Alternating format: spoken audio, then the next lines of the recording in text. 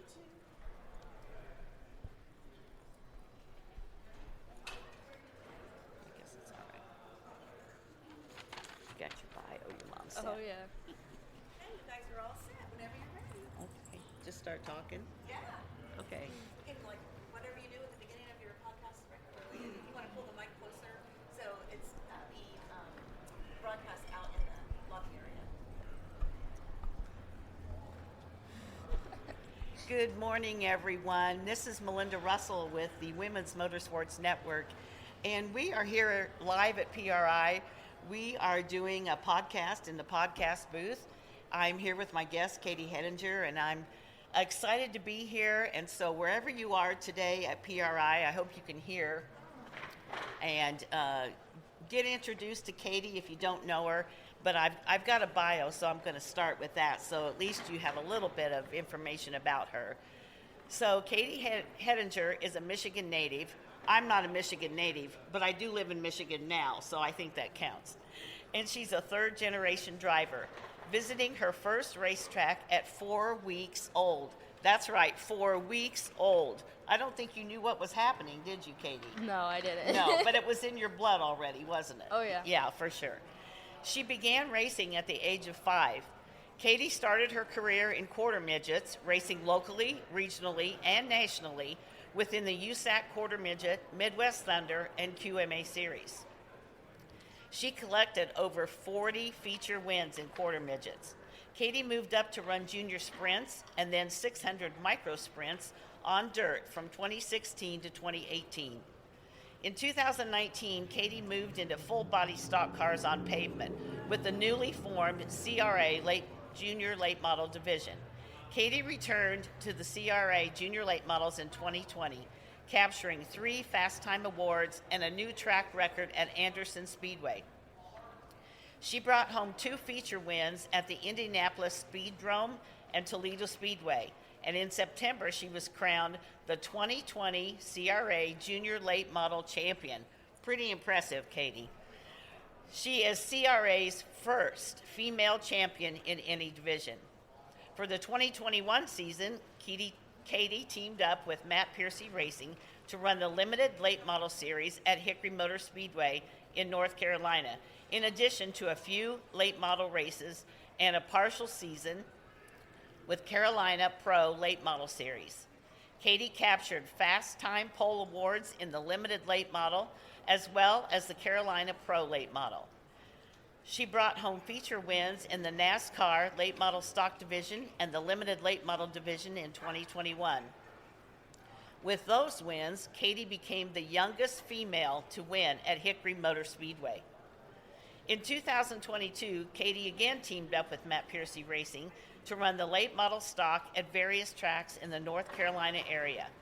She also joined Highland Motorsports and crew chief Josh Reeves to run a pro late model in the Carolina Pro Late Model Series, Cars Tour Pro Late Model Series, and Select Pro Late Model Series. In July, Katie captured her 5th late model stock victory at the historic Hickory Motor Speedway, becoming the track's winningest female driver in its 70-plus year history. Katie was able to participate in the late model stock race at the revival of North Wilkesboro Speedway, racing against Dale Earnhardt Jr. and other successful late model drivers. She also competed at the late model stock race at Martinsville, competing against 90 of the top late model stock drivers in the country. At the end of 2022, Katie was presented with the NASCAR Wendell Scott Trailblazer Award for her record-breaking season. 2023 has been a very exciting year for Katie. She is teaming up with Anthony Campy Racing to pilot their pro late model in the Cars Tour Series, where she ended the season second in driver points. Katie was recognized by Bob Pockrass as one of the top 20 NASCAR prospects for the next decade. She justified her place on that list and entered the record books again when she became the first female to win a pro late model race at New Smyrna Speedway's World Series of Asphalt during Speed Weeks. In addition to ACR, she is partnered with Team Chevy and participating in their driver development program. fitness training with other Chevy drivers, learning road course skills via go-karts and spec Miata class, and running a winged 600 micro on dirt at Millbridge Speedway. When she is not at the track, Katie is working on her homework through On Track School, an online high school where she maintains A's and B's. Before transitioning to online school, Katie played varsity volleyball and basketball. She is also an avid outdoors woman, and you can find her hunting, fishing, and trying to find ways to convince her parents to have a herd of cows. Oh, Katie. In addition to all of those awards and success that she's had, she became the first female to win a CPLMS race when she won the Fall Brawl at Hickory on November 11th. Katie, I'm exhausted just listening to all the things you've done. Yeah, it's a long roster now. That's a long bio for a girl that's how old? 16. 16 years old. So she started at a pretty young age, and she's just making her way in motorsports to where she's going to be a name that you're all going to know from this bio and then from what she's going to be doing in the future. So before we go a little farther, I do want to break in and just tell you a little bit about myself and why am I sitting here interviewing such a prestigious young driver. My name's Melinda Russell, and I founded the Women's Motorsports Network in 2017. I publish an online magazine called the Women's Motorsports Network News, where I've written over 500 stories about women in motorsports. I also have a podcast, Women's Motorsports Network News Podcast, and you can find it on any platform where you listen to your favorite podcasts. I've done over 250 interviews of women involved in motorsports, and I'm always looking to meet and interview more women. So if you or someone you know would like to be involved in the podcast or on the magazine, please reach out to me and we'll get you scheduled. So Katie, you and I have done a podcast before, so we're old friends, aren't we? Yep. And we're Michiganders, so we've got a lot in common. But a lot of people that are here may not know who you are. They may be dirt racers, they may be drag racers, and it's really hard to keep up with everything. So let's tell them a little bit more about yourself, other than your racing career. Why don't you start with your family? Do you have siblings? Just tell us a little bit about yourself personally that you're willing to share. Yeah, so like she said, I'm a third-generation driver. So grew up at the track. My grandpa, Jim Hettinger, raced. He ran more open-wheel stuff, midgets and sprint cars. And then my dad raced, and he raced pretty much everything, modifieds, late models, sprint cars, midgets, all of the above. So I grew up watching him at the track, and I always knew I wanted to race. So when I turned 5, he got me a race car, and I ran a quarter midget for a few years. And then I have a little sister who's 13 now, but she's 3 years younger than me. So she tried it out, but she's more of a dancer and a sports player. And now I have a 5-year-old brother, so he's about to start racing. So it's really cool that all my siblings, we got to experience it. But my brother, he's going to bend a lot of race cars. He loves crashing, but he loves racing. So it'll be cool to watch him race. Yeah, and it's cool for him at 5 years old to be able to look up to his big sister. And I know he absolutely adores you, doesn't he? Oh, yeah, he loves it. He came to my last race at Southern National, and we were up to third, and then we pitted, and then on a restart, someone missed a shift, so there was a big crash. And I was happy with how we were doing, but obviously upset about the wreck. And he came over, and he was like, "Katie, you crashed." And I was like, "Yeah, thanks, I know." But he loves watching the races and being at the track. Yeah, for sure. And so you do on-track school, which I know is a popular school for kids that race, boys and girls. And is that something that helps you, I'm sure, be able to be flexible, because racing is your main focus at this point? Is that right? Yeah, for sure. Racing's like my everyday job, so I do it all the time. And then school, unfortunately, I just still have to do legally. So on track's really easy. I still get all my credits, so I can go to a college and everything. And the teachers are very lenient about work and stuff. Okay, that's good. So who actually inspired you to start racing? Probably my dad, just because I've always watched him race. So watching him race, I always knew going to his races that I wanted to race someday. Yeah. So tell us a little bit about your car. What color is it? What number is it? Did you get to choose the number? And if so, why did you choose that number? Yeah, my car pretty much changes every year. In like 21 and 22, we had a pink 71. I've always ran the 71 number because it was my grandpa's number.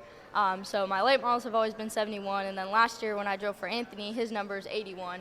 And his colors are red. And I love red race cars. So we had a really cool looking car last year. And then this year I'll drive for my dad. So we'll have a blue 71 again. And then on the micro we'll have 5, which also is my grandpa's number. Okay.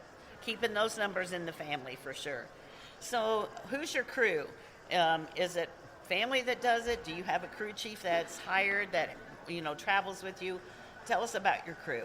Yeah, so in the 2024 season, my dad will be the car owner, and then Jason Stanley's my crew chief. So he does a lot of late model stuff. He's a really good guy.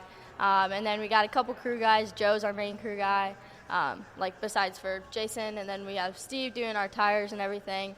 And then a few more guys that help us out occasionally on some races. Okay. So, Katie, are you still living then in Michigan? Or how does that work if you're racing mostly like down in the southern part of the country? So how does that work to live one place and then have to travel a lot? Yeah, we definitely racked up those flyer miles the past couple years, but in January this year, my dad and I, we moved to North Carolina. So we live there now. We got a house there and everything and a shop that we're working out of. But my mom and my siblings still live in Michigan, so I'm back and forth all the time. So your family kind of split up. We hear musicians and actresses and that they moved to California or whatever, and part of the family lives in one place and part the other. And in this case, it's racing, and it's kind of the same thing, isn't it? You have to go where the hotbed of racing is, and that would be in North Carolina. Yeah, thankfully both my parents, they make a lot of sacrifices for me, and they want this dream as much as I do, so they were able to separate their family and everything. I know it was definitely hard on both my parents since the kids split too, but I'm really thankful for both of them. Yeah, absolutely. They do sacrifice a lot, but again, they're as motivated and as dedicated to this as you are, which you can't do it without that. There's no way a 16-year-old kid can move on their own and do it, and to have the family behind you is the number one thing for sure. Oh, yeah. Yeah, for sure. So do you have a home track or you travel before you moved? Did you have a home track that you would consider? Well, before with the CRA Junior Late Models, we pretty much ran Birch Run mostly. We went to Toledo and Anderson Speedway here in Indiana. So we traveled around those 3 states. But I'd say Birch Run was my home track in Michigan. And now that we moved to North Carolina, we always put Hickory as my home track. Okay. All right. You've had some success there. So yeah, one of my favorite tracks. Absolutely, for sure. So what about a bucket list track? You have a track that you haven't ran on that you're like, this is the track I really want to go to? Hopefully I get to race there eventually, but I really want to race Bristol. I think Bristol's an awesome track. I can't wait to go there. Yeah, that'll be fun to do that. So what about marketing partners? It takes a lot of money to run any kind of a race car, so especially when you're getting up there in those big series. So any marketing partners that you want to share? Yeah, Team Chevy's pretty much the biggest one. They've done a lot for me. Victory Custom Trailers, they're here. And then Wheeler Trucking, they're a trucking company out of Michigan. So Rex Wheeler's done a lot for me. K1 Race Gear, Bell Helmets, Frame Filters, and Autolite Spark Plugs are the main guys. Yeah, you've got some good sponsors behind you for sure. Now, Katie, we know that every day at the racetrack is not always a good day. You've had obstacles that you've had to overcome. What would be maybe your biggest obstacle that you had to overcome to have the success that you've had? I think, honestly, it's pretty much just a personal obstacle, is just keep at it. I had it starting off really good season, then we kind of fell down a little bit towards the end. It definitely was pretty hard, but just having to keep at it and know that all the hard work's going to pay off eventually. And just my guys give me 100%, so I got to give 110%. Absolutely. So what, on a bad day, how do you overcome it? Do you go to the hauler and shut the door and people leave you alone? Do you talk to somebody? We all deal with that differently. Mm-hmm. Some people cry. Race girls don't cry. But how do you deal with that? I pretty much just go like hang out with my team or something. Like if we have a bad day at the track, I mean, I don't want to just leave them. They've done all this work, and we're both like missing right now. So I just go hang out with my crew guys. They're all great guys. I love hanging out with them and stuff. So we all just kind of talk and figure out what we did wrong and how we can improve. Absolutely. So what's your favorite part about being involved in motorsports? Winning. Winning. Yeah. Okay, well, that's a given. We all like to win no matter what we're doing. How about your second favorite part then? Probably the fans. Yeah. I love doing autograph sessions and everything. I love when the fans get to come down because they're the main reason we're there, right? We wouldn't be there without them. So I love when we get to do stuff for the fans. Cars Tour does a great job, including their fans and everything. So that's an awesome part. Yeah, Cars Tour does a really, really nice job for sure. Do you have a most memorable moment so far in your career? Yeah, I'd say my most memorable moment was probably my first win at Hickory. It was in a limited late model, and we hadn't done good like all season, and it was really hard. And then finally, we were able to get the win towards the end of the season. My whole family was there. So my mom, she only gets to come to a race like once a month, but my best friend was there, my cousins were there, everyone came to that race. So our victory lane picture was huge. There were so many people. That's awesome. And couldn't have happened on a better day. Oh yeah. Yeah, for sure. So I know you're only 16, but you've started, you've been racing a little over 10 years. How do you think motorsports has shaped you into the person that you are today? Honestly, I think being a race car driver as a kid especially, you got to mature a lot quicker. So at this point, racing, I want it to be my career. It's my job. I do it all the time. And so I have a job just like how my dad has a job. So I get up, I go train every morning. I race on weekends. I bust my butt. So I feel like it's definitely made me grow up a little bit, but it's for the better. Yeah, I've seen that in the interviews I've done with especially girls, maybe 18 and under.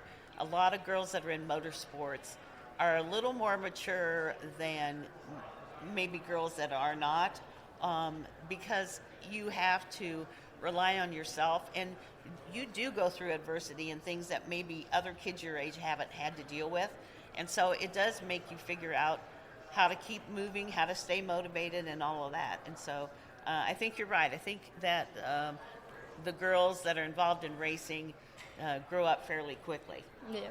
Yeah. So what does keep you motivated on a hard day? Just my goal. There's not a straight line to get to the top, right? There's all these bumps you go up and down. And so I just got to keep remembering what I want to do. And I feel like a bad day drives me to have a better day. Like if I have a bad day, then I'm obviously upset, but if I just sit there thinking about it, then I ain't going to do it. I ain't going to go anywhere. So I just got to move on and learn from it. Yeah, and we all have bad days, and you're going to have them the rest of your life. Hate to tell you, but it doesn't get any better even when you get to be as old as I am. But you have to learn how to overcome that and be like, okay, tomorrow's another day, another chance to do better, right? Yep. Yeah, for sure. So race season gets pretty busy, and I know you're busy all year round, but race season's especially busy. So how do you find time to take care of yourself? Stay healthy, eat right, have good rest days. You need good sleep. How do you mix all that in with all the other things that you have to do? My training program, they pretty much help a lot with that. We train Monday, Wednesday, Thursday, and then Tuesdays we do like a cardio day. We go and run at a track, but then it's like our rest day. So we have the day off, and then usually Thursdays, Fridays we're testing at the track, so I don't usually get those days off. But I just have training in the morning, and then I get to rest and recover and Sunday's pretty much my rest day. Yeah, so. That's your rest day. Yeah.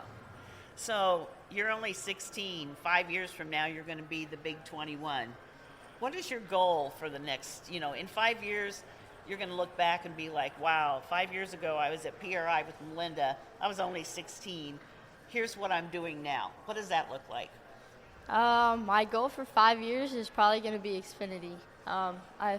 We keep moving up at the right rate. The hard thing is my age, like right now. Like being 16, I'm pretty restricted from a lot of the NASCAR tracks. But hopefully if we get a good ride and good push and help up to the top, hopefully we'll be in Xfinity. Yeah, I'll be excited to see you there. So on race day, how do you prepare? Is there a certain food that you always eat or I don't eat? Is there certain music that you listen to? Do you always put your left leg in first? Or, everybody has superstitions, right? So what is your race day routine?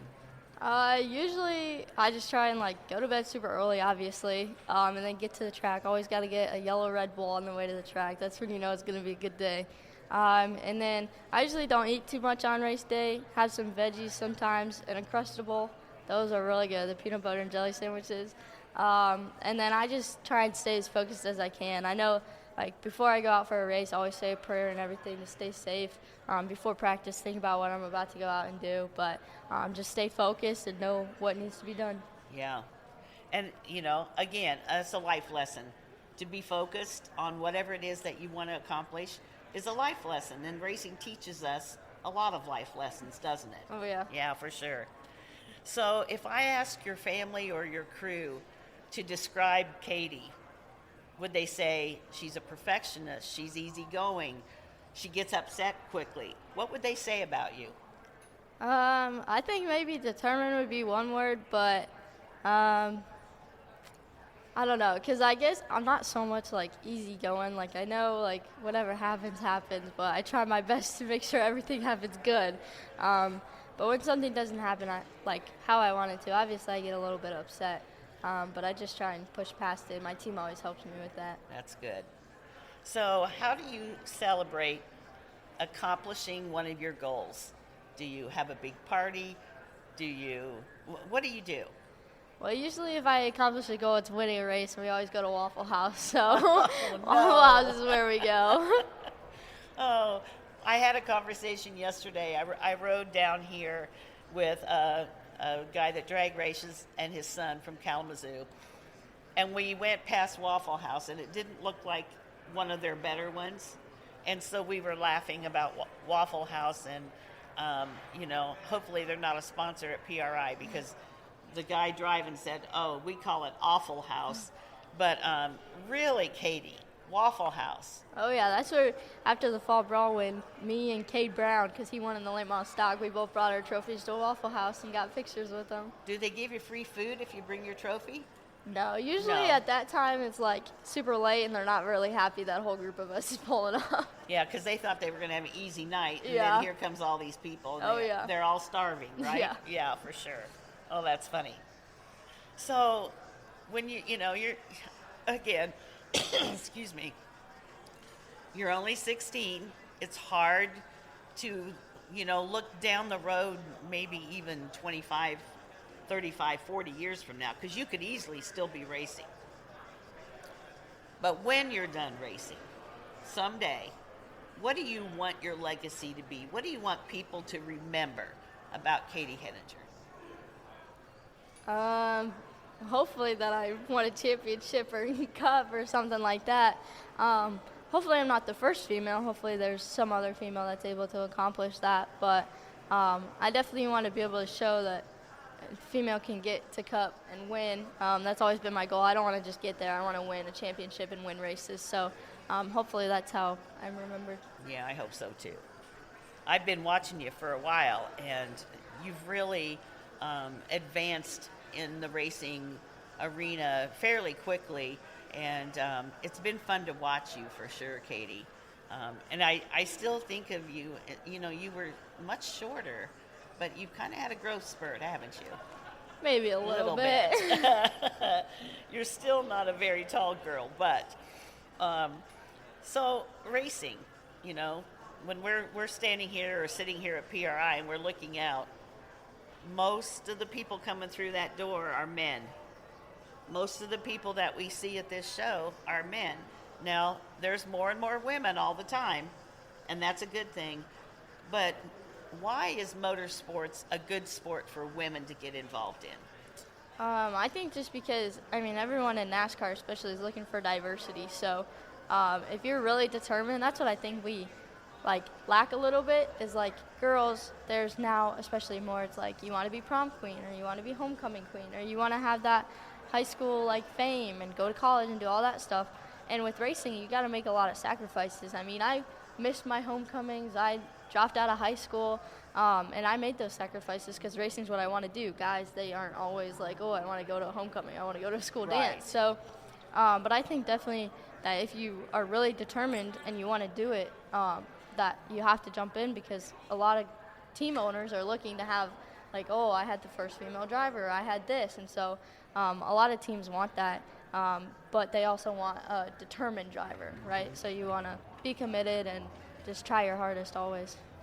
Well, yeah, and they don't, it's not all about being just a female driver. It has to be when you put the helmet on, we don't know whether it's a male or female. Yeah. You drive just as hard and just as dedicated as anybody else on the track. And so, yes, they want that to be able to promote it, for sure. Mm-hmm. But they also then, once you get that helmet on, it's, they don't care. They just want to win. And so, but I think women bring things to racing that maybe some men don't. Women tend to be able to multitask fairly well. We're typically organized, and we are good at social media. Yep. I mean, there's a lot of men that are good. I'm not knocking the men at all. I always say I'm all about the women, Women's Motorsports Network. I'm all about the women, but we love the men too, right? Mm-hmm. We couldn't have this sport without them. But it's important that the women get recognition, and that's what I've tried to do with what I do. And it's easier and easier because there's more and more women mm-hmm. getting involved, and not just as drivers. I love seeing women being involved as engineers and tire specialists and all the things they do. I'm waiting for the crew chief, the NASCAR crew chief. Who's going to be the woman that does that? I don't know, but that'd be awesome. Wouldn't that be awesome? Oh, yeah. I'm excited to see who that's going to be, for sure.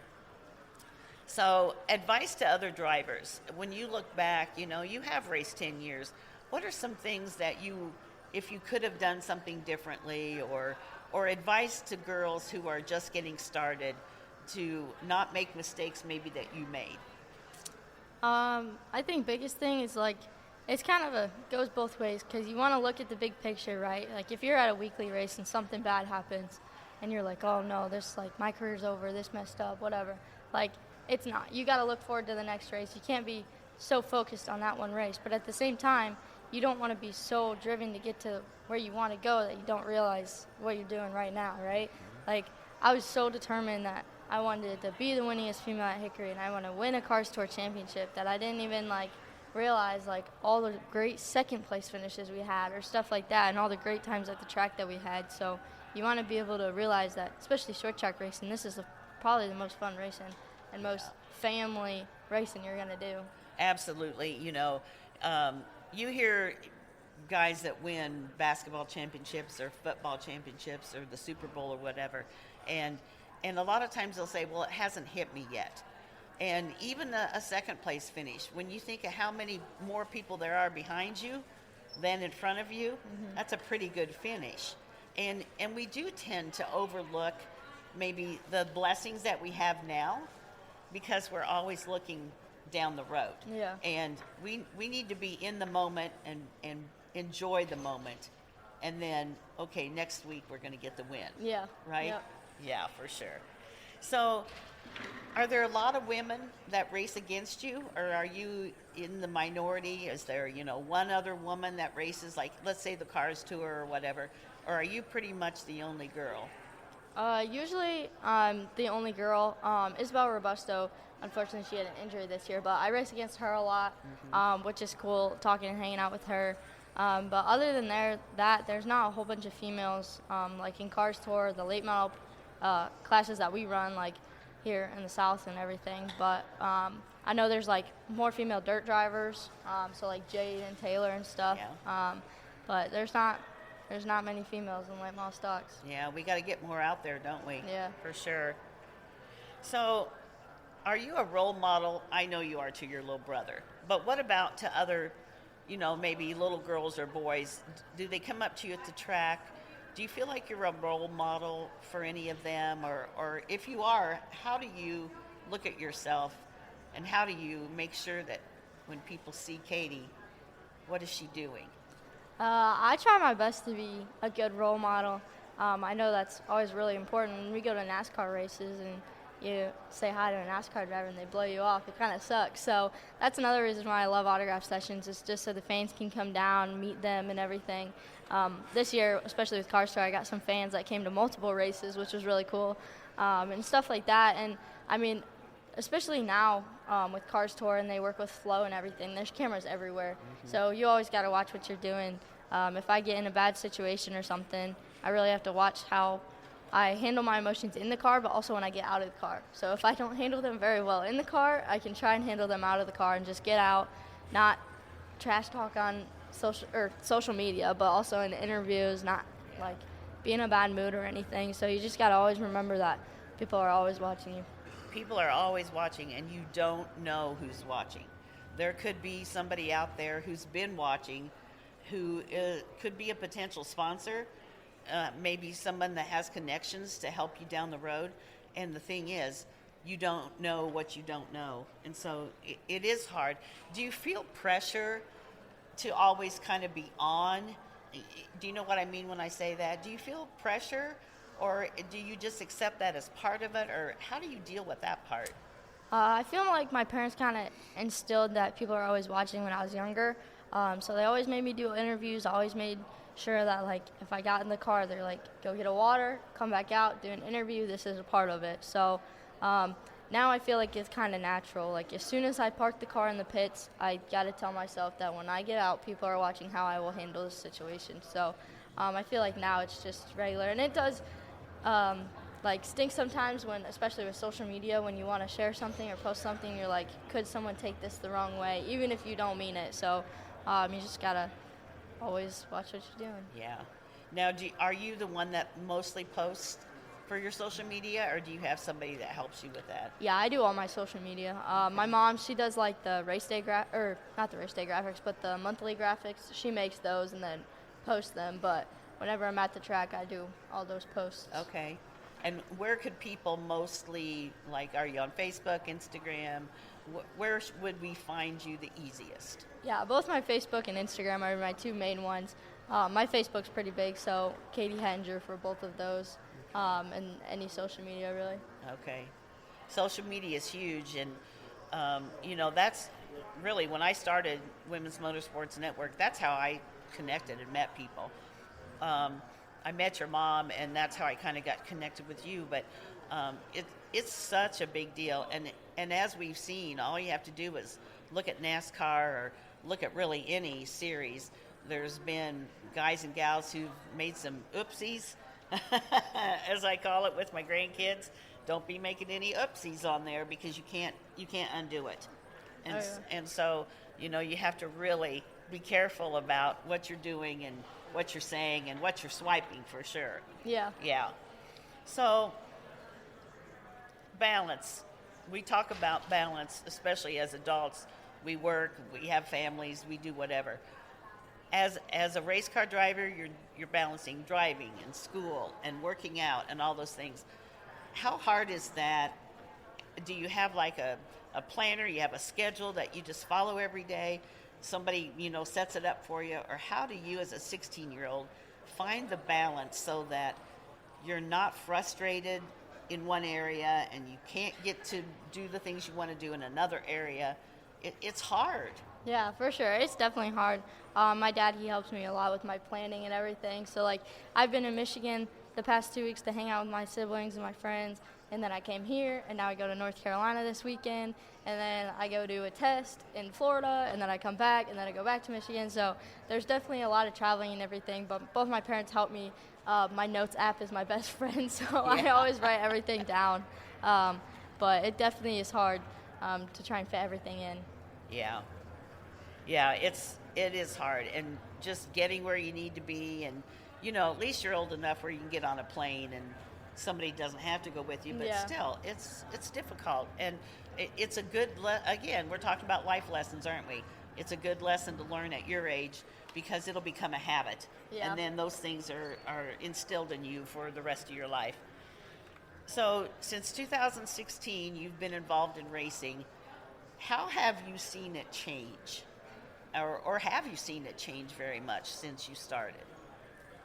Honestly, I feel like for me, I haven't like seen a huge change, I guess. I kind of just go to the track every weekend and race. I definitely think there have been some good changes, especially with Car Store. I mean, they got Flow on, they got new sponsors, especially for next year and everything. So I feel like if anything, there's been some good changes, like for the series and to help the drivers out and everything.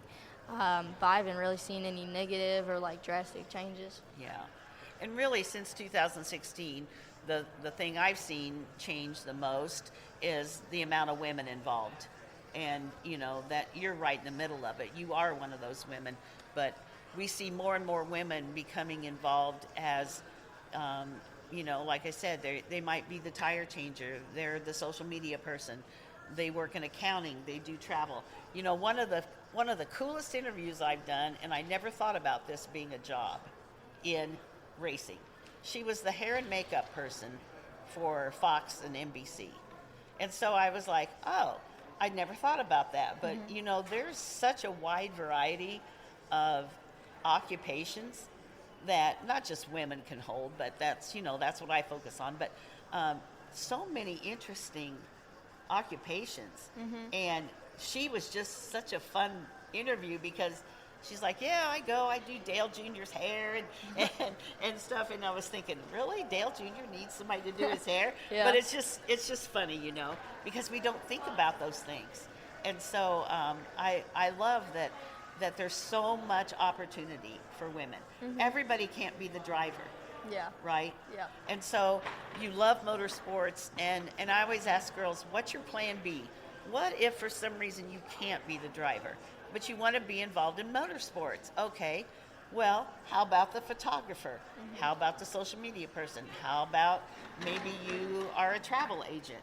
Yeah. And there's so many opportunities. So a girl should never think that just because she can't be the driver that she can't be involved, because Yeah. she most certainly could be, for sure. Yeah. Yeah. So, do you have a favorite fan experience? I know you've got some big fans out there. Do you have a certain one or a certain something that happened with a fan that sticks out in your mind? I don't know. I feel like pretty much the only things I usually do. I signed a baby one time. I will say that. What? At Birch Run in like junior late models, this girl, I like signed her baby's hand and then she asked for a picture with the baby. So Well, I that's think a that little was different. cool. Yeah, that's a little different. But hey, everybody's got their thing, right? Yeah. Yeah. So that's kind of cool. So before we do the little last kind of fun little thing about all your favorites, is there anything that we haven't talked about, Katie, that you want to make sure that people know about you, know about your racing? We've tried to cover a lot in a short time here, but I'm always afraid I'm going to leave something really major out. Is there anything you want to share about your racing or what you do or anything at all? I don't think so. I think you pretty much covered everything. No, you know I try really hard to do that for sure. So one of the things I always love to do is I think that people want to know more about drivers personally. And I don't mean that we want to get into your personal business, but I think that people want to get to know who you are. Yeah. Right? So I think about Haley Deegan. She is the most popular driver. And I was listening to a podcast and they were discussing, why is she the most popular driver in that series? It's because of her social media presence. She works really hard at it, and it's not just her racing, it's whatever she does in life. Yeah. And people want to feel like they know who Katie is, right? And so I'm going to ask you some of your favorites, but you know, the social media is good. It helps us get that out there. It can be bad. We know that. We've sure seen it enough. But as long as we're smart about what we're doing, I think social media is a big help for sure. Yeah. Trade show is open till 5 p.m. Okay, we're going to let the This year, guy PRI make his has announcement. several new show activations in Lucas Oil Stadium, including the EV and alternative racing zone, the esports arena, and the e-karting track.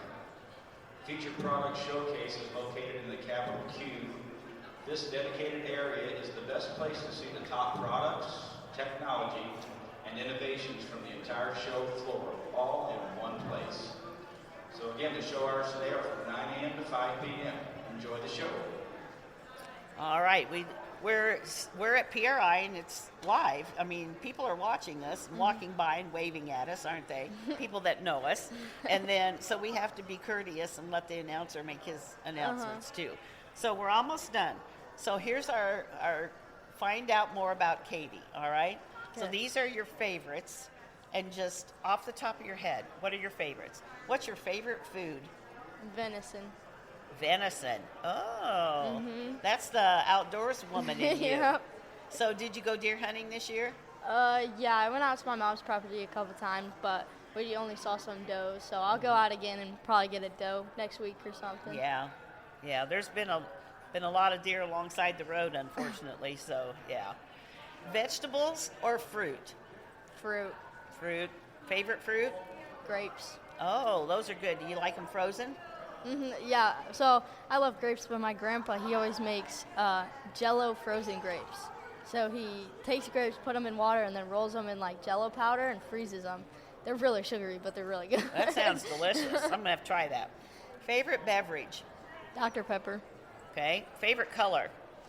Red. Favorite animal? Cow. What's the deal? Okay, I want to know about this. I grew up on a farm, but we did not have cows. Why do you want to have a herd of cows? Well, my best friend, she shows cattle, so she doesn't just, well, her dad owns cattle. He's like 250 heads, I think, but she shows cattle, so I've always gone to shows with her the past like 4 years, and then I showed a heifer at our county fair, but I just love taking care of cattle. That's why I want to go to college for business and agriculture. Wow. Okay. You're going to live on a farm, you're going to race, and you're going to raise cows. Yep. Okay. That's a good plan for life ahead, for sure. So, vacation destination. Someplace you've been or someplace you would like to go? I want to go to Montana. Okay, and why is that? What's in Montana? Well, my mom's cousin lives there, but he always sends postcards that he makes in like the mountains and everything. I really want to go there. Beautiful. Yeah, beautiful for sure. Favorite candy or snack? Snack, beef jerky, candy, peanut M&Ms. Okay. Favorite place to shop? Lululemon. Oh, yeah, that's a good place. Do you know what the number one answer is when I ask that question? Target. Oh, yeah, that's Yep. a good one. Yep. Favorite type of music? Country. Favorite sports team that's not racing related? Probably the Michigan football team or basketball team. Any Michigan sports team. Okay, because right now the Lions are doing pretty good, and the Wolverines are doing pretty good. So we've got a little bit to celebrate, don't Yep. we, in Michigan? Yeah, for sure. Favorite Favorite professional race car driver? Kyle Larson. Kyle Larson. I heard he was here yesterday. Yeah, that's what my dad said. Missed him by a day. Favorite holiday? Christmas. Christmas. Coming up soon, right? So you'll be able to be home for Christmas. Yep. Yeah, that's good. And then you'll be back on the road. And how soon do you start like getting geared up for the season? Well, my first race is January 6th. So, And where is that going to be? Florida? New Smyrna, yep, Yeah. in Florida. Yeah. So you really don't get much of a break, do you? Nope, not really. Just got December off, and I come visit home and test the cars and everything. So do you think that's an advantage, really, that you're not out of the car for very long? I think it definitely helps, yeah. And even when I am out of the car, I'm training, so I'm not like out of Really shape out or of the- anything. Yeah, for sure. Do you do iRacing or any of that? Yeah, we simulation? do iRacing sometimes at the Chevy Tech Center, and then I have one at my mom's house. We're still trying to get one from my dad's house and everything. Okay, yeah. I hear both ways. Some people think it's a good thing, some people don't. But, you know, the big teams all use it, so it Yeah. must be an advantage. I think it's good, like, getting to know the track and everything. I mean, the one I have is just a regular old little sim, so I don't think it doesn't, like, do too much except for it helps me learn the line at a new track and stuff. Yeah, for sure. Do you have a favorite book or podcast? Can I say your podcast? Yes. Oh, yes. Absolutely. She just got an A+ for today. So her favorite podcast is the Women's Motorsports Network podcast. Katie, you know I love you. I love you even more now that you've said that for sure. So that's all the questions I have for you. I think this has been a great interview. I appreciate that PRI is doing this for the podcasters because we have a lot of people that are listening and getting the word out about, I do things about women in motorsports. Other podcasters that are involved in motorsports do a lot of other type of information, and it's such a nice thing to be able to put your headphones in and you can run, you can drive, you can do whatever, and then you can learn about people like Katie Hettinger. Yeah, for sure. Any last words, Katie? I don't think so. Thanks for Okay. having me. All right. Well, thanks everybody for listening. This is Melinda Russell with the Women's Motorsports Network. If you're interested in being on the podcast or in the magazine, reach out to me on Facebook, Melinda Russell, or Women's Motorsports Network, a media company. And we're going to say goodbye to you now. Enjoy your day at PRI. And maybe we'll be back next year if they liked us. Yeah. All right. Bye, everybody. That was good, Katie. Thank you. Yeah, no problem. Awesome. I know you know.